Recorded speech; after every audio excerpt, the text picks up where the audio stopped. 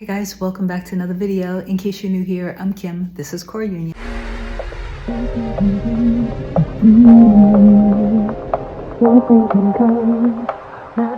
I wanted to tell a quick story today about how I manifested another home. A couple days ago, I posted a video, and I'll link it up here in case you did miss it, where I talked about how I manifested one of the places that I lived, and this was back in 2012. The story I'm going to tell today now is the home that I ended up manifesting 3 years later after having lived in the place that I manifested. Now, this home that I'm going to tell you the story about is the home that I purchased basically it was my dream home. Before I get into the video, please do give the video a thumbs up because it helps my channel grow.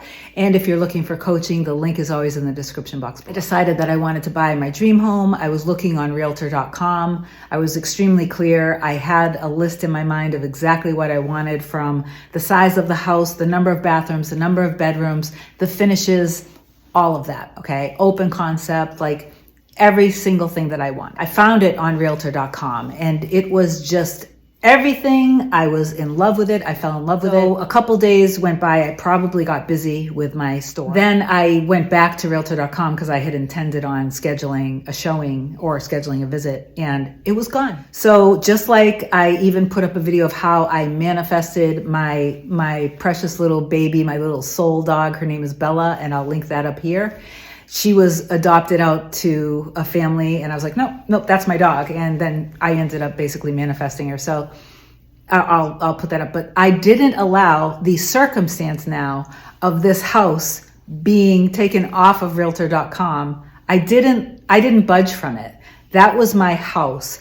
That's the house I felt was mine. It's just like inside, again, felt that piercing feeling deep down in my core. And when I feel that, I know that this is meant for me. This is literally where I'm meant to be. In other words, all time exists right now. All creation is done. So on some level, I'm already living in that house. That end already exists. So that house is pulling me towards it because that house is the closest thing to the highest and best version of me right now when I step into it and trust it, okay? Because that's what God has already created that for me, and it's my highest and best. That's how I basically see it. That's from my perspective. A couple days goes by, I stepped back from it. I didn't let the circumstance of it being gone sway me at all. I went back on realtor.com. I was looking at some other houses, and all of a sudden, after I don't know how many few days or whatever, the house is back.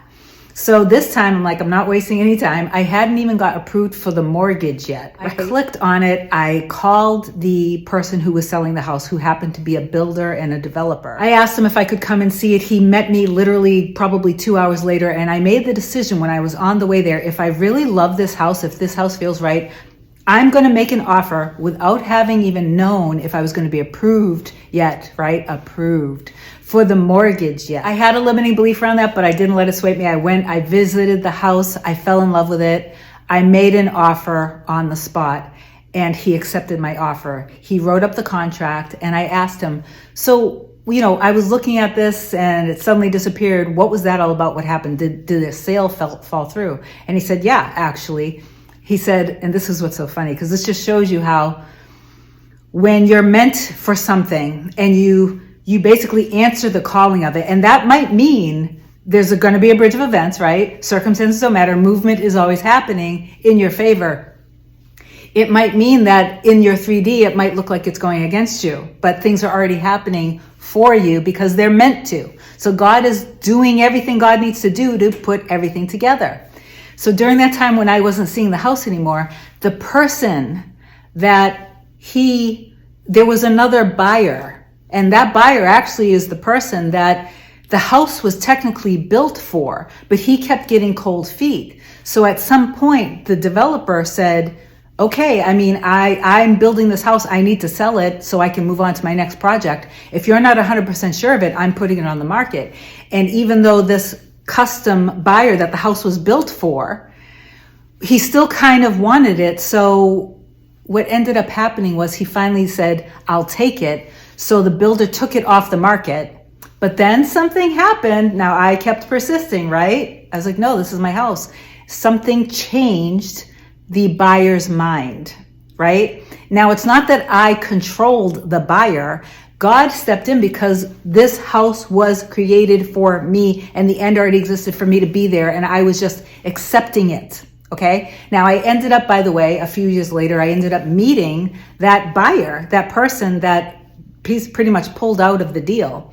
I met him at my retail business, ended up in a house that was better suited for him. See, highest and best for all. God is always working in our favor, okay? Especially when you set the intention like I do, that everything always works in my favor and everything always works out in the highest and best for everyone involved. That's how I roll. Okay, so back to the story. So he accepted the offer. Now I went for the mortgage. I got denied for the mortgage probably 3 or 4 times. Did I let that sway me? No, I did not.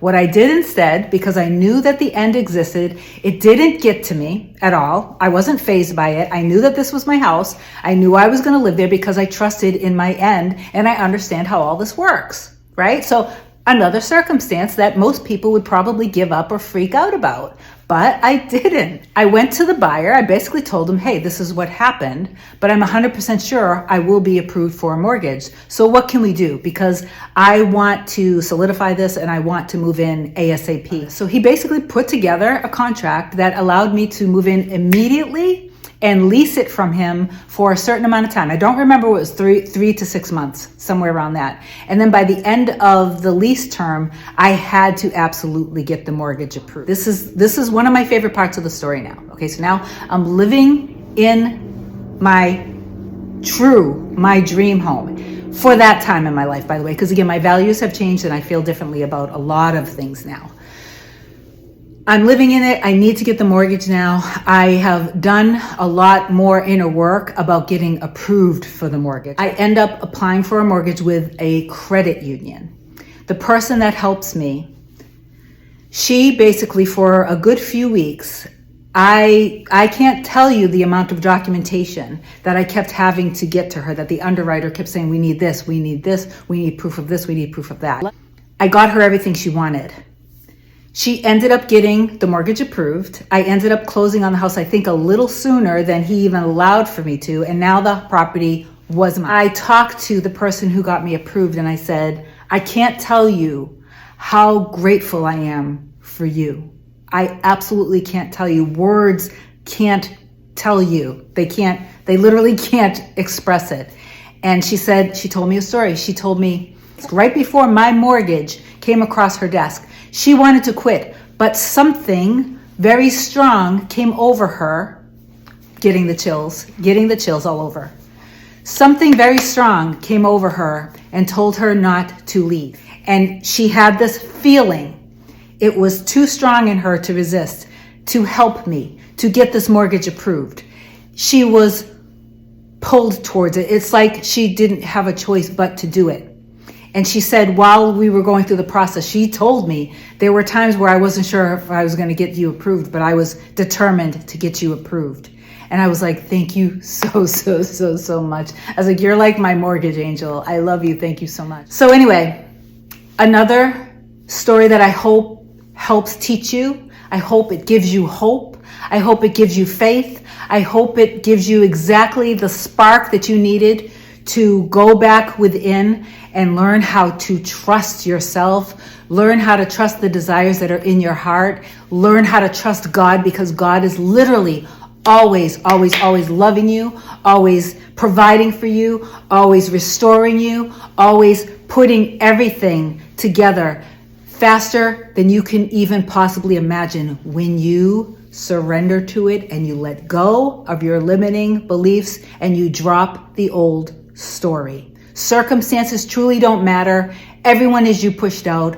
God loves you and I love you too. Okay? I'll talk to you guys soon. Bye.